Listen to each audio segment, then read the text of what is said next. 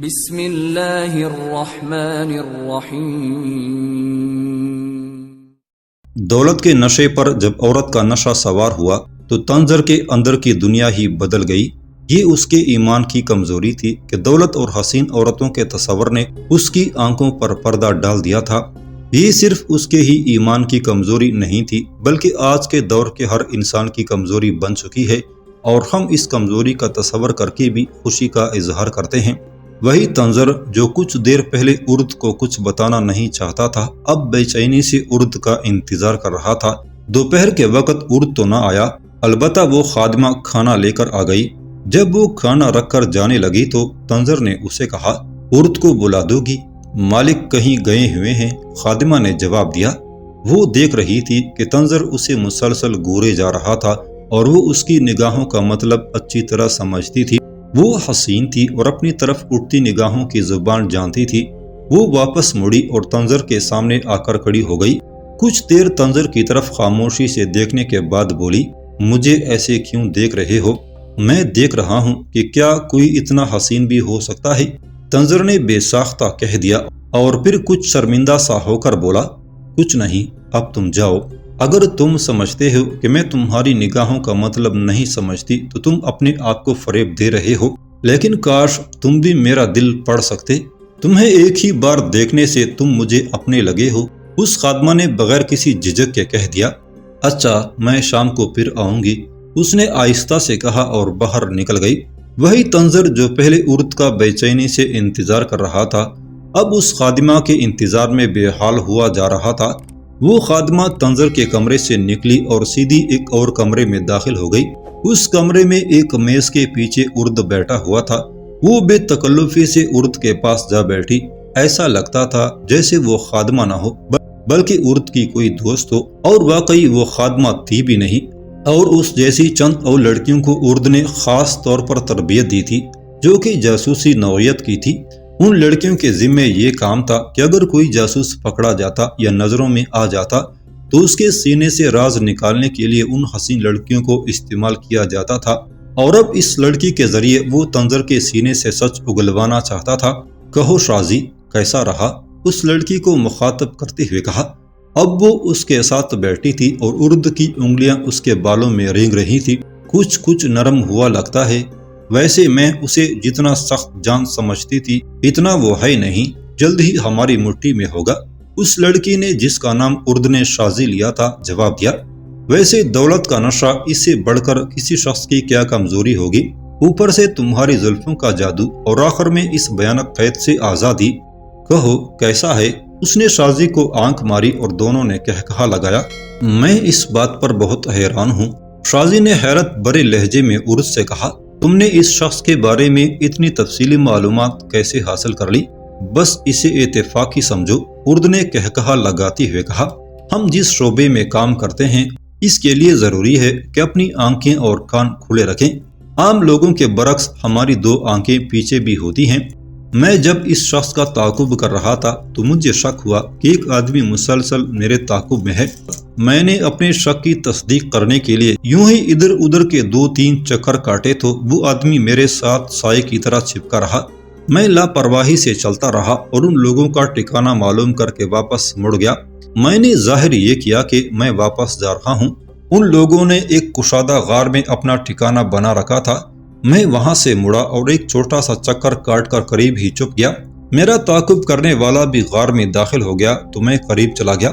ان کی باتیں کرنے کی آواز آ رہی تھی۔ ان کی باتوں سے معلوم ہوا کہ یہ دونوں مرو سے آئے ہیں اور انہیں خراسان کے مسلمان گورنر قتیبہ بن مسلم نے کسی خاص مقصد کے لیے یہاں بھیجا ہے۔ اس کا دوسرا ساتھی کہاں ہے؟ شازی نے ارد سے پوچھا۔ وہ تنظر سے مرو جانے کی بات کر رہا تھا۔ ارد نے شازی کے بالوں سے کھیلتے ہوئے کہا، شاید وہ نکل گیا ہے۔ میں دونوں کو پکڑنا چاہتا تھا مگر اس میں خطرہ تھا کہ الٹا یہ مجھے پکڑ کر مرو نہ لے جائیں۔ میں نے اس وقت انہیں چھیڑنا مناسب نہ سمجھا اور چپ چاپ نکل آیا۔ بعد میں نے ان کی گرفتاری کا بندوبست کیا لیکن اس کا ساتھی نکل چکا تھا۔ میں نے اپنے آدمی اس کے پیچھے دوڑائے مگر اس کا سراغ نہ ملا۔ تم واقعی بہت ذہین ہو، شازی نے مسکراتے ہوئے کہا۔ ایک مرغہ تو پھانس ہی گیا ہے، اگر یہ ہماری لائن پر چل پڑا تو ٹھیک، ورنہ ورنہ اسے بدترین تشدد کا سامنا کرنا پڑے گا۔ ارد نے سفاکی سے کہا، کیا تم نے حکام بالا کو اس کی اطلاع دی ہے؟ شازی نے پوچھا۔ ہاں، میں نے بیکند کے گورنر کو یہ اطلاع دے دی ہے، ارد نے کہا۔ گورنر نے محترم دربان کو اس بات سے آگاہ کر دیا ہے۔ تاریخ میں بیکند کے گورنر کا نام نہیں ملتا۔ دربان بخارا کا بادشاہ تھا، جسے بعض مورخوں نے دربان خزاں بھی لکھا ہے۔ بیکند بخارا کے شہروں میں سے تھا، جہاں بخارا شہر سلطنت بخارا کا دارالحکومت تھا۔ میں نے گورنر کو تفصیل سے آگاہ کر دیا ہے، ارد نے اپنی بات جاری رکھتے ہوئے کہا، کہ قیدی سے ابھی کوئی خاص بات معلوم نہیں ہوئی۔ جو ہی کوئی خاص بات معلوم ہوگی انہیں آگاہ کر دیا جائے گا۔ خاص بات معلوم کرنا تو اب میرا کام ہے، شازی نے بڑے نازو انداز سے اٹھتے ہوئے کہا۔ اتنی بھی کیا جلدی ہے؟ ارد نے اسے اٹھتے دیکھ کر اس کا بازو پکڑ کر بٹھا لیا اور کہا، لگتا ہے تم مجھ سے اکتا گئی ہو۔ میں کوئی اتنا بوڑھا تو نہیں ہو گیا، یہ تو بس بالوں میں ذرا چاندی جھلکنے لگی ہے۔ شازی نے اس کی بات کا کوئی جواب نہ دیا اور مسکراتی ہوئی باہر نکل گئی۔ شازی کے جانے کے بعد ارد تندر کے پاس چلا گیا۔ تنظر کمرے میں بند رہنے کی وجہ سے اکتایا ہوا نظر آ رہا تھا۔ ارد نے اس کی اکتاہٹ کو محسوس کر لیا تھا اور اس کا اندازہ تھا کہ یہ کمزور قوت ارادی کا مالک انسان ہے۔ پھر تم نے کیا سوچا ہے؟ ارد نے تنظر کے پاس بیٹھتے ہوئے کہا۔ ہمارے ساتھ کام کرو گے یا؟ ارد نے جان بوجھ کر جملہ ادھورا چھوڑ دیا تھا۔ سوچنے کو چھوڑو، تنظر نے معنی خیز انداز میں کہا۔ فرض کر لو کہ میں تمہارا ساتھ دینے پر تیار ہو جاتا ہوں، تم یہ بتاؤ مجھے اس سے کیا فائدہ ہوگا؟ تنظر کی بات سن کر ارد کے چہرے پر مسکراہٹ دوڑ گئی۔ اس کا اندازہ ٹھیک نکلا تھا۔ اتنی دولت ملے گی کہ تم سوچ بھی نہیں سکتے، ارد نے اسے ترغیب دلاتے ہوئے کہا۔ اس کے علاوہ بھی بہت کچھ ملے گا۔ تو پھر ٹھیک ہے، تنظر نے فیصلہ کن لہجے میں کہا، میں تیار ہوں، لیکن اس بات کی کیا ضمانت ہے کہ میری جان بخشی کر دی جائے گی اور انعام بھی ملے گا؟ تم ہمارے ساتھ وفاداری ثابت کرو، ارد نے کہا، پھر دیکھو تمہاری کتنی قدر کرتے ہیں۔ میں اپنی وفاداری کیسے ثابت کر سکتا ہوں؟ تنظر نے پوچھا۔ جو کچھ میں پوچھوں اس کا ٹھیک ٹھیک جواب دو، ارد نے کہا۔ پوچھو، کیا پوچھنا چاہتے ہو؟ تنظر نے کہا۔ تم ہر طرح سے مجھے اپنا وفادار پاؤ گے۔ تمہیں یہاں کس نے بھیجا ہے؟ ارد نے تنظر کی آنکھوں میں دیکھتے ہوئے پوچھا۔ قتیبہ بن مسلم نے، تنظر نے جواب دیا۔ یہاں آنے کا مقصد؟ ارد نے دوبارہ سوال کیا۔ جاسوسی، وہ بیکند پر حملہ کرنا چاہتا ہے، تنظر نے کہا۔ یہ سن کر ارد بے اختیار اپنی جگہ سے اچھل کر کھڑا ہو گیا، جیسے اسے کسی بچھو نے کاٹا ہو۔ اس کا منہ حیرت سے کھل گیا اور وہ بے یقینی کے عالم میں تنظر کی طرف دیکھنے لگا۔ اسے یہ امید تو تھی کہ آنے والے وقت میں قتیبہ کسی وقت ضرور بیکند کا رخ کرے گا، مگر اس کے وہم و گمان میں بھی نہ تھا کہ وہ اتنی جلدی حملہ کرے گا۔ وہ کب تک حملہ کرنا چاہتا ہے؟ ارد نے خود کو سنبھالتے ہوئے تنظر سے پوچھا۔ یہ مجھے معلوم نہیں، تنظر نے کہا، البتہ اس نے حملے کا منصوبہ بنا لیا ہے اور ہماری اطلاع کا منتظر ہے۔ اگر اب تک اسے اطلاع پہنچ گئی ہے تو شاید چند دنوں تک وہ حملے کے لیے کوچ کر جائے۔ تم نے تو مجھے فکر مند کر دیا ہے، ارد نے فکر مندی سے کہا۔ بہرحال یہ اطلاع ہمارے لیے بہت اہم ہے۔ تم نے اپنی وفاداری ثابت کر دی ہے، اس کا تمہیں اتنا انعام اکرام ملے گا کہ تمہاری سوچ سے بھی زیادہ ہوگا۔ ارد تنظر کو کمرے میں چھوڑ کر باہر نکل آیا۔ وہ خاصا پریشان نظر آ رہا تھا۔ وہاں سے نکل کر وہ سیدھا بیکند کے گورنر کے پاس جا پہنچا۔ اس نے اپنے آنے کی اطلاع بھجوائی تو گورنر نے اسے فوراً بلا لیا۔ اس نے گورنر کو سارے صورتحال سے آگاہ کیا تو گورنر بھی پریشان ہو گیا۔ گورنر نے فوری طور پر اپنے اعتماد کے چند جاسوسوں کو یہ کہہ کر بھیج دیا کہ وہ مرو سے آنے والے راستے پر نظر رکھیں اور جو ہی کوئی لشکر آتا دکھائی دے تو فوراً بیکند آ کر گورنر کو اطلاع دے۔ ان جاسوسوں کو بھیجنے کے بعد گورنر نے کچھ اور عہدیداروں کو طلب کر کے احکامات جاری کیے اور خود بخارا کے بادشاہ دربان خزاں کو یہ تشویشناک اطلاع دینے کے لیے روانہ ہو گیا۔ گورنر کے جانے کے بعد ارد وہاں سے واپس آ گیا۔ وہ حیران ہو رہا تھا کہ تنظر اتنی جلدی وفاداری بدلنے پر کس طرح آمادہ ہو گیا۔ پھر اسے خیال آیا کہ دولت اور حسین عورت وہ جادو ہے جو سر چڑھ کر بولتا ہے۔ اگرچہ تنظر نے اسے بڑی اہم اطلاع دی تھی، لیکن اس کے باوجود وہ ابھی اس پر مکمل اعتبار کرنے کو تیار نہ تھا۔ چنانچہ اس نے بظاہر تنظر کو گھومنے پھرنے کی آزادی دے دی تھی، مگر اس کی نگرانی پر ایک آدمی مقرر کر دیا تھا جسے سائے کی طرح اس کے ساتھ رہنا تھا۔ ارد کو یہ بات معلوم نہیں تھی کہ جب وہ تنظر سے معلومات لینے گیا تھا تو اسے کچھ ہی دیر پہلے شازی اس کے کمرے سے نکل کر گئی تھی اور اس کے چہرے پر کامیابی کا خمار چھایا ہوا تھا۔ وہ تنظر کے ایمان کی کمزور سی دیوار میں بڑی آسانی سے نقب لگانے میں کامیاب ہو گئی تھی۔ اس نے تنظر کے جوان جسم سے اپنی خواہش بھی پوری کر لی تھی اور اسے اپنی وفاداری بدلنے پر بھی آمادہ کر لیا تھا۔ تنظر چونکہ نو مسلم تھا اس لیے آسانی سے پھسل گیا تھا۔ ابھی وہ پوری طرح اسلام میں داخل ہی نہیں ہوا تھا۔ اس کے دماغ پر دولت کا لالچ اور شازی کا حسن بلاخیز اس بری طرح سوار ہو گیا تھا کہ وہ اسلام سے دستبردار ہو گیا۔ ادھر شازی تنظر کی ایمان پر ڈاکہ ڈال چکی تھی اور ادھر تنظر کا ساتھی سعد بن ابی قیس قتیبہ بن مسلم کے سامنے کھڑا تھا۔ وہ ابھی واپس پہنچا تھا۔ اس نے راستے میں بہت کم آرام کیا تھا۔ تھکاوٹ سے اس کا اتنا برا حال تھا کہ اس کے لیے اپنے قدموں پر کھڑا رہنا محال ہو رہا تھا، لیکن وہ کسی نہ کسی طرح ہمت کر کے قتیبہ کے سامنے کھڑا تھا۔ اس کا خیال تھا کہ وہ اپنے قدموں پر کھڑے ہو کر پہلے قتیبہ کو یہ اطلاع دے گا کہ وہ بے قن میں جس مقصد کے لیے گیا تھا وہ فرض پورا کر آیا ہے، لیکن قتیبہ نے اس کی دگردوں حالت بانپ لی تھی۔ قتیبہ نے سعد کو آرام کرنے کے لیے کہا اور یہ بھی کہا کہ وہ اسے خود ہی بلا لے گا۔ قتیبہ چلا گیا تو سعد بھی کھانے پینے کے بعد آرام کرنے کے لیے لیٹ گیا۔ تھکن اتنی تھی کہ وہ لیٹتے ہی سو گیا۔ وہ اس قدر گہری نیند سویا ہوا تھا کہ پھر اگلی صبح ہی اس کی آنکھ کھلی۔ وہ ناشتے وغیرہ سے فارغ ہوا تو ایک خدمتگار اسے قتیبہ بن مسلم کے پاس لے گیا۔ اس وقت قتیبہ بن مسلم اپنے خاص کمرے میں موجود تھا۔ وہ اکیلا نہیں تھا۔ سعد نے دیکھا کہ وہاں فوج کے اعلیٰ عہدیدار اور تمام اہم افراد موجود تھے۔ قتیبہ بن مسلم اہم صلاح مشورے کے لیے ہمیشہ اسی کمرے کو استعمال کرتا تھا۔ سعد بن ابی قیس کو دیکھ کر قتیبہ بن مسلم نے اسے اپنے ساتھ والی نشست پر بیٹھنے کو کہا۔ وہاں موجود تمام اہم افراد کے چہرے پر سوالیہ نشان بنے ہوئے تھے اور ان کی نظریں سعد کے چہرے کا طواف کر رہی تھیں۔ وہ جانتے تھے کہ سعد کو کس مقصد کے لیے بیکند بھیجا گیا تھا۔ کچھ رسمی قسم کی گفتگو کے بعد قتیبہ بن مسلم نے سب کو خاموش ہونے کا اشارہ کیا اور پھر اٹھ کھڑا ہوا۔ اب میں اصل موضوع کی طرف آتا ہوں، قتیبہ نے کہنا شروع کیا، جس کے لیے یہ اجلاس بلایا گیا ہے۔ آپ لوگ جانتے ہیں کہ اب پہاڑوں پر برف پگھل چکی ہے۔ وہ موسم آ گیا ہے جس کا گھونسلوں میں بند پرندوں کو انتظار ہوتا ہے۔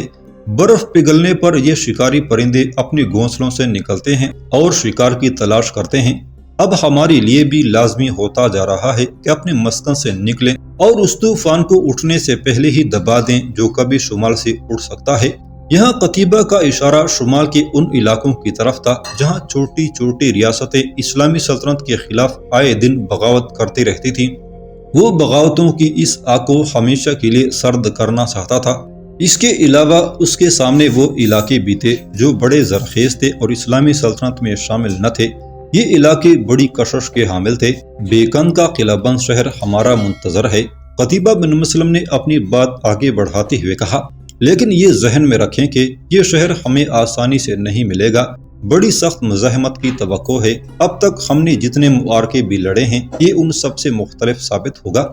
پہلے ہم نے چھوٹی موٹی بغاوتیں کچلی ہیں یا پھر کچھ علاقے بغیر لڑے ہماری جولی میں آ گرے۔ یہاں ہمیں لڑنا ہوگا اور ایسے لوگوں سے لڑنا ہوگا جو مرنا اور مارنا جانتے ہیں۔ میں آپ کو کسی خوش فہمی میں مبتلا نہیں رکھنا چاہتا۔ میں آپ کے سامنے حقائق پیش کر رہا ہوں۔ یہ حقائق کچھ تلخ ضرور ہیں مگر انہیں نظر انداز کرنا ہمارے لیے خطرناک ہو سکتا ہے۔ میرے خیال میں آپ لوگ میری بات سمجھ رہے ہوں گے۔ اے میرے باپ کے بیٹے، قتیبہ کے خاموش ہوتے ہی عبداللہ بن مسلم جو اس کا بھائی تھا کھڑا ہو کر بولا، کیا اتنی لمبی تمہید کی ضرورت ہے؟ تجھے جو کچھ کہنا ہے لگی لپٹی رکھے بغیر کہہ دے۔ جہاں اور جس طرح ہمیں آزمانا چاہتا ہے آزما لے۔ اللہ کی قسم تو ہمیں پیٹھ دکھانے والوں میں سے نہیں پائے گا۔ آفرین ہے میرے بھائی تجھ پر۔ قتیبہ بن مسلم نے عبداللہ بن مسلم کی طرف دیکھتے ہوئے کہا، اللہ کی قسم میں تمہیں پیٹھ دکھانے والوں میں سے سمجھتا بھی نہیں ہوں، لیکن اصل صورتحال سے تم لوگوں کو باخبر رکھنا ضروری سمجھتا ہوں۔ اس نے تھوڑا سا توقف کیا اور پھر کہنے لگا، بیکن جہاں ہم حملہ کرنے جا رہے ہیں ایک انتہائی مضبوط قلعہ ہے۔ وہ پہاڑی علاقہ ہے اور قلعہ خاصی بلندی پر واقع ہے جس کی وجہ سے اسے قدرتی تحفظ حاصل ہے۔ اس کے علاوہ قلعے کی دیواریں خاصی مضبوط ہیں۔ ایسی صورتحال میں اس بات کی امید نہیں کہ بیکن کی فوج اتنی مضبوط پناہ گاہ چھوڑ کر باہر آ کر لڑے۔ اس کے باوجود کسی خوش فہمی میں مبتلا نہیں رہنا چاہیے۔ ہو سکتا ہے کہ ہماری توقع کے خلاف وہ لوگ قلعے سے باہر نکل کر ہم پر حملہ کر دیں۔ میں نے اپنے طور پر حملے کا پلان بنایا ہے، وہ میں آپ کے سامنے ابھی پیش کروں گا۔ بہتر ہوگا پہلے سعد بن ابی قیس کی رپورٹ سن لیں جو یہ بیکند سے لے کر آیا ہے۔ اس کے ساتھ ہی قتیبہ بن مسلم نے سعد کی طرف دیکھا۔ قتیبہ بن مسلم کا اشارہ پا کر سعد بن ابی قیس نے وہ تمام معلومات پیش کر دی جو اس نے بیکند سے حاصل کی تھی۔ اس دوران قتیبہ بن مسلم نے اپنے سامنے ایک کپڑا پھیلا لیا تھا جس پر بیکند شہر اور قلعے کا نقشہ بنا ہوا تھا۔ سعد کی معلومات کی روشنی میں وہ نقشے پر کچھ نئے نشان لگاتا جا رہا تھا۔ وہ ان معلومات کی روشنی میں اپنے پلان میں تھوڑا بہت رد و بدل کرتا جا رہا تھا۔ جب تک سعد بن ابی قیس اپنی حاصل کردہ معلومات مکمل طور پر سنا دی، تب تک قتیبہ بن مسلم اپنے حملے کا منصوبہ مکمل کر چکا تھا۔ اس نے یہ پلان سب کے سامنے پیش کیا اور ان کی رائے مانگی۔ سب کے مشورے پر اس نے نقشے پر کچھ ترامیم کی اور جب سب متفق ہو گئے تو یہ اجلاس برخاست کر دیا گیا۔ تنظر کے بارے میں تمہارا کیا خیال ہے؟ باہر نکل کر قتیبہ نے سعد بن ابی قیس سے پوچھا۔ اس کا بیکند میں ٹھہرے رہنا مفید ثابت ہو سکتا ہے۔ میرے خیال میں نہیں، سعد نے کہا۔ ہم نے جتنی معلومات حاصل کر لی ہیں وہ ان میں اضافہ نہیں کر سکے گا۔ یہ ہو سکتا ہے کہ جب ہم بیکند پر حملہ کریں تو وہ اندر سے کچھ مدد کر سکے۔ قتیبہ بن مسلم منہ سے کچھ نہ بولا اور پرخیال انداز میں سر ہلاتا ہوا چلا گیا۔ بخارا کے بادشاہ کو جب بیکند کے گورنر نے مسلمانوں کی متوقع یلغار کی اطلاع دی تو اس کے بھی ہاتھ پیر پھول گئے۔ کیا تمہیں یقین ہے کہ اطلاع درست ہے؟ دروان خزاں نے بے یقینی سے پوچھا۔ یہ اطلاع بالکل درست ہے عالی جاں، گورنر نے کہا۔ ہم نے مسلمانوں کا ایک جاسوس پکڑا ہے۔ اس نے انکشاف کیا ہے کہ قتیبہ بن مسلم کا لشکر بیکند پر حملہ کرنے کے لیے پر تھول رہا ہے۔ اس کے بعد دروان خزاں اور گورنر اس صورتحال سے نمٹنے کے لیے آپس میں صلاح و مشورہ کرنے لگے۔ تھوڑی دیر بعد دونوں ایک رائے پر متفق ہو گئے۔ اس کے فوراً بعد دوران خزاں نے بخارا کے ارد گرد موجود چھوٹی بڑی ریاستوں کے بادشاہوں کے نام مراسلے لکھنے شروع کر دیے۔ اس نے قتیبہ بن مسلم کی یلغار کے متعلق لکھا اور ان سے مدد کی درخواست کی۔ اس نے لکھا تھا کہ اگر اس وقت انہوں نے مدد نہ کی تو بخارا کے بعد ان کی ریاستوں کی باری آئے گی۔ ایک مراسلہ اس نے سغد کے بادشاہ کے نام بھی لکھا۔ اس بادشاہ کا نام ترخون تھا۔ دروان خزاں نے فوری طور پر تمام ریاستوں کی طرف اپنے ایلچی دوڑا دیے۔ ان بادشاہوں نے دروان خزاں کی مدد کا فیصلہ کر لیا۔ ان سب نے اپنی اپنی فوجیں اکٹھی کر کے بیکند کی طرف روانہ کر دی۔ وہ سمجھ گئے تھے کہ ان کی بقا اسی میں ہے کہ وہ دروان خزاں کے ہاتھ مضبوط کریں۔ بیکند میں اتنی زیادہ فوجیں اکٹھی ہو گئی تھی جو قتیبہ کے لشکر سے کہیں زیادہ تھی۔ اس طرح بیکند میں قتیبہ کو پہنچنے کے لیے ایک پندہ تیار ہو چکا تھا اور قتیبہ بن مسلم بے خبری میں اس پندے میں پہنچنے کے لیے اپنی لشکر کو بیکند کی طرف کوچ کا حکم دے چکا تھا۔